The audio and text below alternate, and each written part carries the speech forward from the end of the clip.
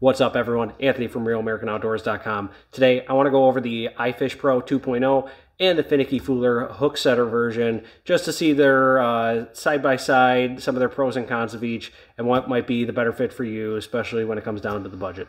Let's get to it. Right off the bat, the Finicky Fooler is more compact and lightweight, which is pretty obvious. You can see from the size difference here, that Finicky Fooler really just packs away pretty damn nicely.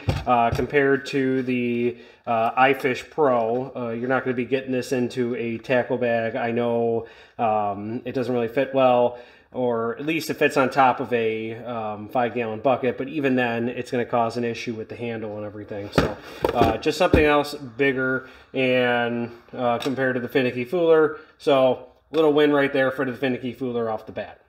Next, this looks like it's 3D printed. You do have a flag, you do have a lot of moving pieces. Compared to the IFishPro 2.0, everything's already in place. You just need to extend the handle over the rod holder. So we'll go ahead and extend that here. We'll extend that, and you can adjust for your rod length here, which is awesome. So we're going to talk about that in a sec. Compared to the Finicky Fooler, so Finicky Fooler, you take out the flag, take out your rod holder. You're going to have a little opening for your rod holder right there. Make sure that's in place. You're going to have another opening right there for your flag.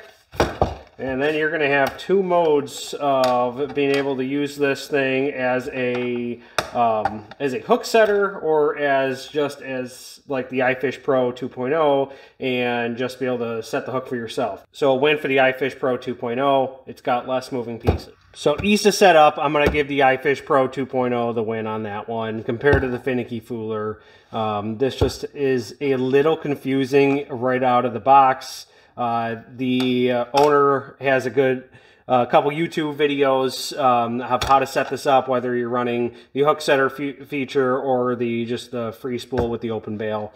Compared to the IFishPro 2.0, once you get the hang of it with the flip up and the trigger, it's a fairly simple process. So next, let's talk about the rods that can be put in either one of these. So the Finicky Fooler, you are limited on rod size. They really don't say what the max or minimum rod length is. So let's take, this is the rod that I've been using.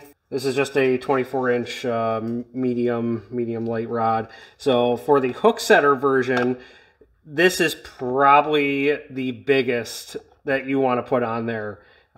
Maybe up to a 26, but personally, for me, that's really tight, and you can see how violent that is on the hook set, which you want that to be a strong hook set, but I mean, that's crazy. So maybe I'm doing something wrong, but that's a crazy bend right there just for the hook set compared to some of the other brands. So what I have been using this for is just the open spool or let the bail free mode, where I've been putting the trigger away and just been using this. So you can see, put the flag slipped in right there. You would take the line, and once the line is hooked onto there, it would release the flag, and you can go ahead, close your bail, and set the hook that way, just like the IFishPro 2.0.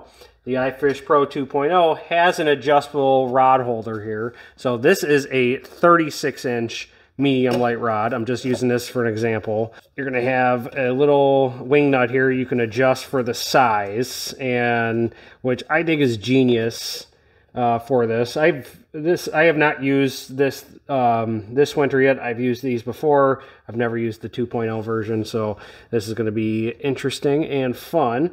But again, you can use a bigger rod with this for bigger fish. Obviously, you just have to make sure you're setting it up properly with your bobber stop and your slip stop and your trigger and everything. Next, let's talk about the hole freezing up. Here, you're going to have your rod on the side of the hole.